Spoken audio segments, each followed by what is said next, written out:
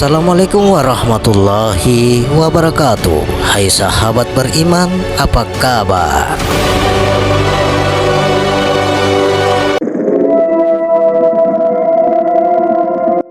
Dalam pandangan tasawuf umum, maka kawasul kawas adalah penekanan agar manusia wajib melihat wajah Allah dengan menggunakan 9 wajahnya.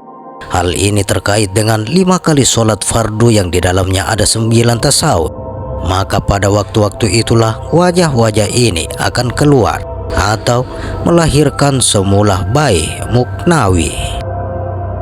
Sahabat beriman yang dirahmati oleh Allah Subhanahu wa Ta'ala, kali ini kami akan membuka melahirkan semula bayi manakwiyal atau tiful ma'ani atau manusia baru. Kita harus mampu mencapai makna hakikat manusia yang sebenar-benarnya yang disebut tiful ma'ani atau bayi ma'nawi. 9 wajah itu bertajalli hakikatnya satu jua. Itulah yang dimaksud dengan hakikat suluk.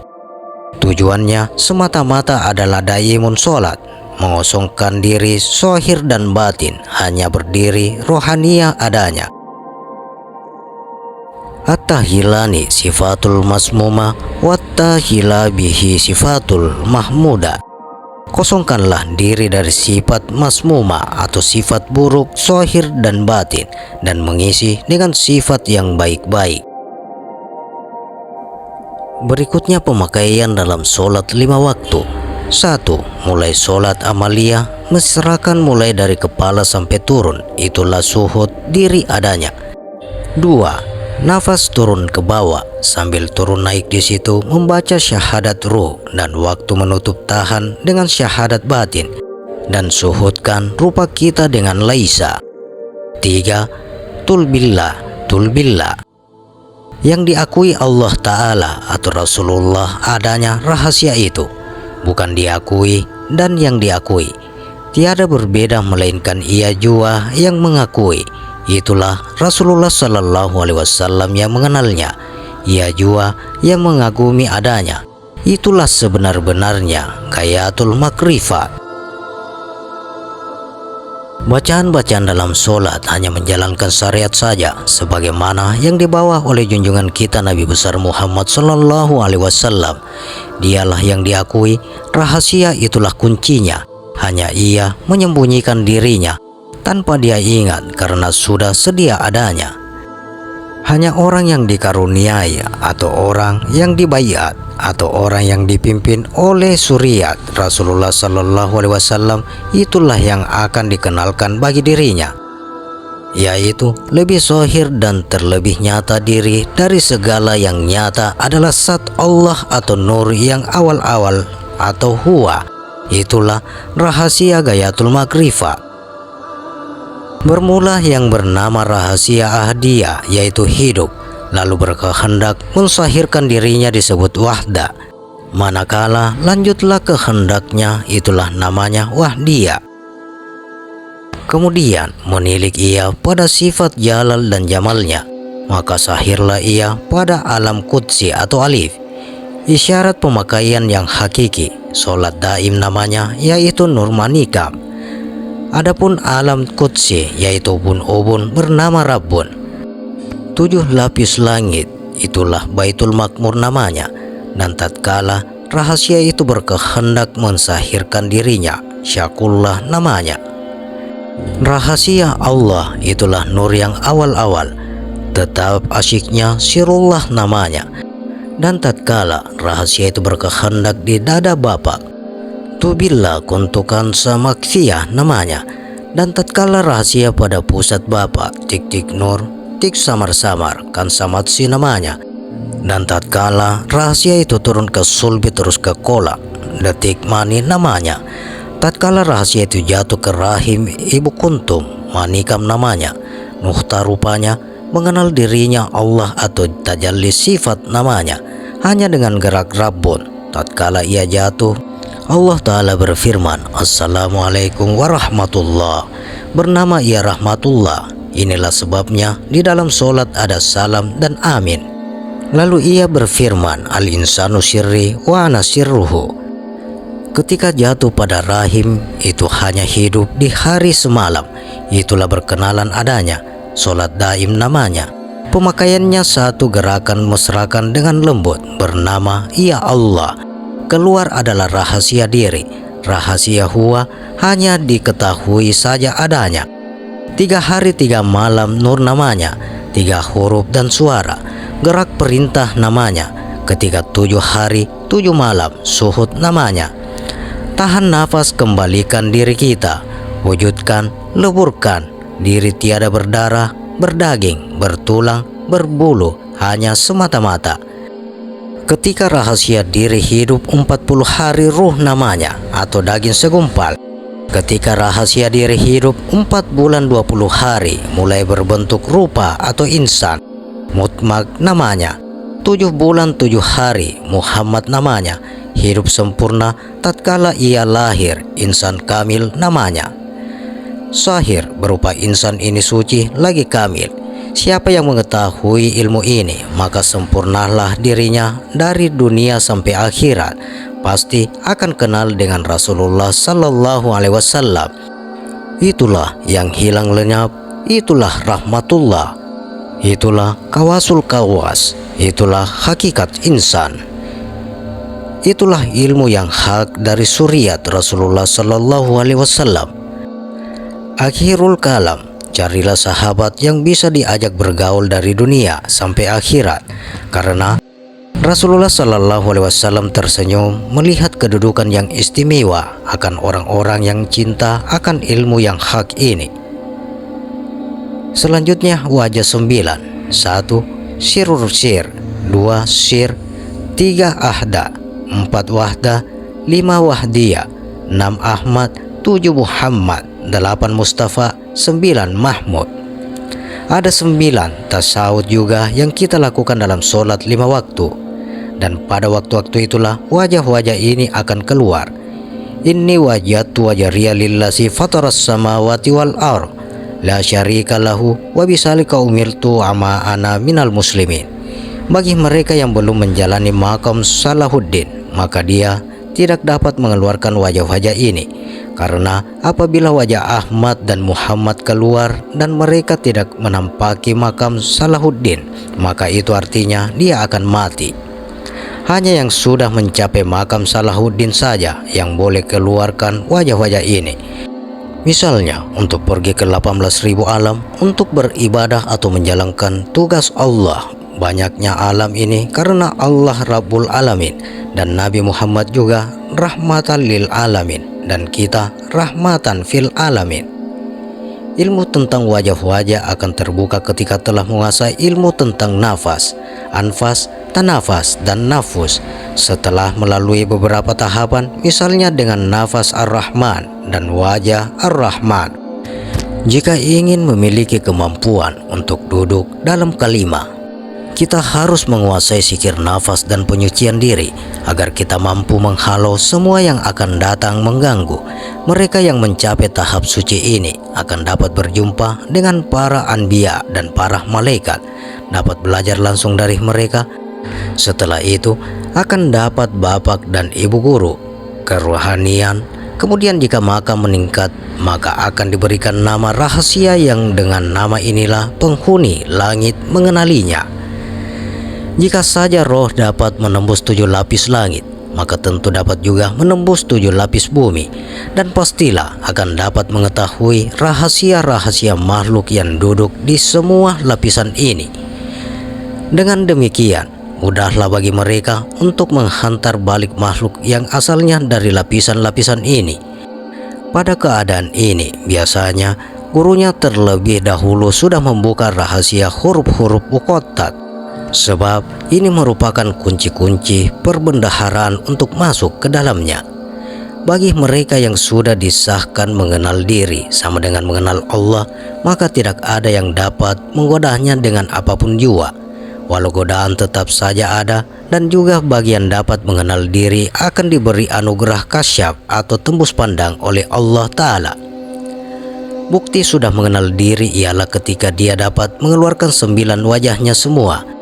Dan ketika pintu langit telah terbuka dan dia melihat semua isi langit, Sidratul Muntaha, Baitul Arsy, Arsyillah. Puncaknya adalah ketika masuknya Al-Quran dari langit terus ke dada dan mendapat kesempatan membaca Al-Quran di Sidratul Muntaha. Allah berfirman di dalam hadis qudsinya, "Hai hambaku, bila engkau ingin masuk ke haramilku atau haramil qudsiyah, maka engkau jangan tergoda oleh mulki, malakut, jabarut, karena alam mulki adalah setan bagi orang alim, alam malakut adalah setan bagi orang arif, dan alam jabarut adalah setan bagi orang yang akan masuk ke alam qudsiyah." Wajib bagi semua manusia mengetahui tahap mampu dirinya, yaitu berada pada alam yang mana dan jangan mengaku-ngaku sesuatu yang bukan haknya. Allah menyayangi orang-orang yang mengetahui kadar dirinya dan tidak melampaui batas perjalanannya, menjaga lisannya, dan tidak menyia-nyiakan umurnya. Seorang alim harus mampu mencapai makna hakikat manusia yang disebut tiful ma'ani atau baik ma'nawi. Setelah itu harus mendidiknya dengan tetap melakukan asma tauhid dan keluar dari alam jasmani ke alam rohani, yaitu alam asyirri, yang di sana tidak ada sesuatu pun selain Allah. Sir itu seperti lapangan dari cahaya, tidak ada ujungnya. Inilah maqam al-muwahhidin. Berusahalah untuk mencapai ketahapan itu melalui ajaran guru atau orang yang ahlinya. Syekh Abdul Qadir Al-Jailani adalah Sultanul atau Kutabul Aulia, yakni penghulu segala wali-wali Allah. Maka wajarlah kita dalam mencari jalan pulang menjadikan beliau sebagai salah satu sumber rujukan. Adapun petikan dari kitab Sirrul Asrar, Syekh Abdul Qadir Al-Jailani menamakan kandungan isi sebagai tiflul mani atau bayi maknawi, dan menjelaskan bahwa istilah itu merujuk kepada ruhku Allah yang disebut sebagai ruh al-qudsi. Makhluk pertama yang diciptakan Allah, baca ditajallikan, adalah ruh Muhammad, diciptakan dari cahaya Jamalullah. Ruh Muhammad adalah ruh yang termurni sebagai makhluk pertama dan asal seluruh makhluk. Dari ruh Muhammad itulah Allah menciptakan semua ruh di alam lahut, yakni negeri asal bagi seluruh manusia. Maka kita sebut kita ini sebagai umat Muhammad. Selanjutnya ruh-ruh. Perhatikan, bukan ruh tetapi ruh-ruh. Diturunkan ke alam terendah, dimasukkan pada makhluk terendah yaitu jasad. Setelah membuat pengakuan di hari perjanjian di mana Allah bertanya, "Alastu birabbikum?" sama dengan, "Bukankah aku ini Tuhanmu?" Ruh menjawab, "Benar, engkaulah Tuhan kami." Proses turunnya ruh adalah setelah ruh diciptakan di alam lahut, maka diturunkan ke alam jabarut dan dibalut dengan cahaya jabarut sebagai pakaian atau dua haram, disebut sebagai ruh sultani. Selanjutnya diturunkan lagi ke alam malakut dan dibalut dengan cahaya malakut, dinamakan sebagai ruh ruhani. Kemudian diturunkan lagi ke alam mulki dan dibalut dengan cahaya mulki, dinamakan ruh jasmani. Untuk kembali atau jalan pulang ke negeri asalnya, alam lahut, manusia perlu beribadah. Maksudnya ibadah di sini adalah makrifatullah. Makrifat terwujud bila manusia dapat melihat indahnya sesuatu yang terpendam dan tertutup di dalam rasa di lubuk hati. Disebut sebagai kunsa ma'fiyah, sama dengan terpendam dan tertutup. Firman Allah, "Kuciptakan makhluk agar mereka mengenalku." Alam ma'rifat sama dengan alam lahut, sama dengan negeri asal kita, sama dengan tempat ruh al-qudsi, sama dengan bayi yang perlu dilahirkan semula, sama dengan aku. Yang dimaksud dengan ruh al-qudsi adalah hakikat manusia yang disimpan di lubuk hati. Keberadaannya akan diketahui dengan mengamalkan secara terus-menerus kalimat syahadat la ilaha illallah. Ahli tasawuf menamakan ruh al-qudusi dengan sebutan tiflul ma'ani atau bayi maknawi, karena ia dari maknawiyah qudsiyah. Pemberi nama Tiflul Ma'ani didasarkan kepada ia lahir di hati seperti lahirnya bayi dari rahim ibu, dan ia diurus dan dibesarkan hingga dewasa atau dengan gerak rasa. Bayi bersih dari segala kotoran dosa lahiriah. Tiflul Ma'ani juga bersih dari syirik dan ghaflah atau lupa kepada Allah. Tiflul Ma'ani halus dan suci. Ia berwujud seperti rupa manusia itu juga karena manisnya, bukan karena kecilnya. Dan dilihat dari awal adanya, ia adalah manusia hakiki yang sebenar-benarnya kita atau manusia sama dengan aku. Karena dialah yang berhubungan langsung dengan Allah, atau jasad tak dapat berhubungan dengan Allah secara langsung atau terus-menerus. Firman Allah melalui hadis qudsi, aku punya waktu khusus dengan Allah, malaikat terdekat, nabi dan rasul tidak akan memilikinya. Kamu sekalian akan melihat Tuhanmu seperti kamu melihat sinar bulan purnama. Al-Quran, wajah-wajah orang mukmin pada hari itu berseri-seri. Yang dimaksud dengan malaikat terdekat sama dengan ruh ruhani yang diciptakan di alam Jabarut. Bila segala sesuatu selain ruh Al-Qudsi masuk ke laut, maka pasti akan terbakar. Dalil dari hadis qudsi yang lainnya, ilmu batin adalah rahasia di antara rahasiaku. Aku jadikan di dalam hati hamba-hambaku dan tidak ada menempatinya kecuali aku. Aku ini berada pada sangkaan hambaku. Aku bersamanya ketika dia mengingatku. Bila dia mengingatku pada hatinya, aku pun mengingatnya pada zatku. Berikutnya adalah tafakkur. Yang dimaksud dengan hadis ini adalah manusia pada wujud manusia, yaitu di alam tafakkur. Hadis baginda Rasulullah Sallallahu Alaihi Wasallam, tafakkur sesaat lebih besar pahalanya daripada ibadah 70 tahun. Dan berpikir tentang makrifat kepada Allah, maka nilai tafakkurnya lebih daripada beribadah 1000 tahun. Ini adalah alam makrifat, yaitu alam tauhid. Wajah hila sama dengan wajah Allah. Ia mempunyai rahasia yang besar dari segi hierarki manusia. Pentadbiran Allah Subhanahu wa Ta'ala kepada para khalifah-khalifahnya yang merupakan golongan kawasul khawas. Ulasan ringkas, ayat pertama yang menyebut wajah Allah ialah Al-Baqarah ayat 115. Sejak awal menyatakan bahwa kepunyaan Allah lah timur dan barat, yang menekankan bahwa untuk melihat wajah Allah kita harus meletakkan diri kita sebagai hamba yang tidak punya apa-apa sebab semuanya hak Allah. Diakhiri dengan surat Al-Insan ayat 76 sampai dengan 9 yang menekankan agar manusia wajib melihat wajah Allah dengan menggunakan 9 wajahnya. 5 ayat berikut ini menjadi sandaran penting untuk melihat wajah Allah. Terkait dengan 5 sholat fardu sama dengan waktu yang wajib untuk memandang wajah Allah. Terkait dengan 5 ulul asmi sama dengan Muhammad sallallahu alaihi wasallam, Isa alaihissalam, Musa alaihissalam, Ibrahim alaihissalam, dan Nuh alaihissalam, yang menjadi pemandu kepada Al-Ghaus atau kembali dalam melaksanakan tugasnya sebagai ketua khalifah.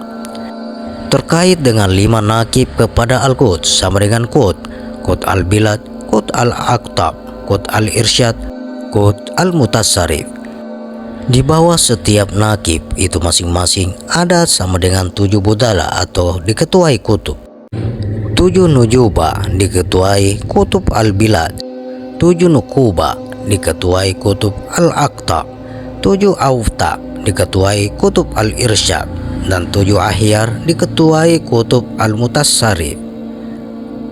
Walaupun ini menunjukkan satu hierarki, tegak terdapat juga hierarki mendatar, yaitu kutub lebih tinggi daripada Kutub Al-Bilad, lebih tinggi dari Kutub Al-Aqtab, lebih tinggi dari Kutub Al-Irsyad, lebih tinggi dari Kutub Al-Mutassarif.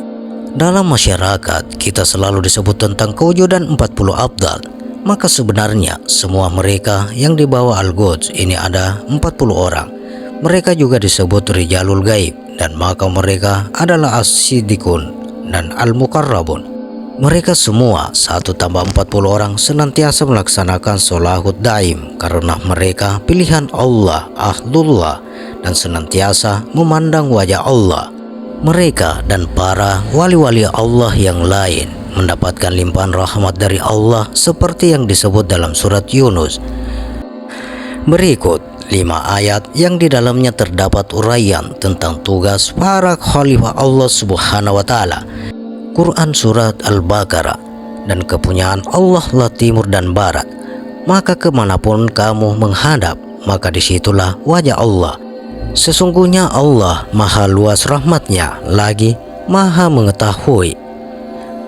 Quran surah Al-Baqarah ayat 272. Bukanlah kewajibanmu menjadikan mereka mendapat petunjuk, akan tetapi Allah lah yang memberi petunjuk atau memberi taufik siapa yang dikehendakinya.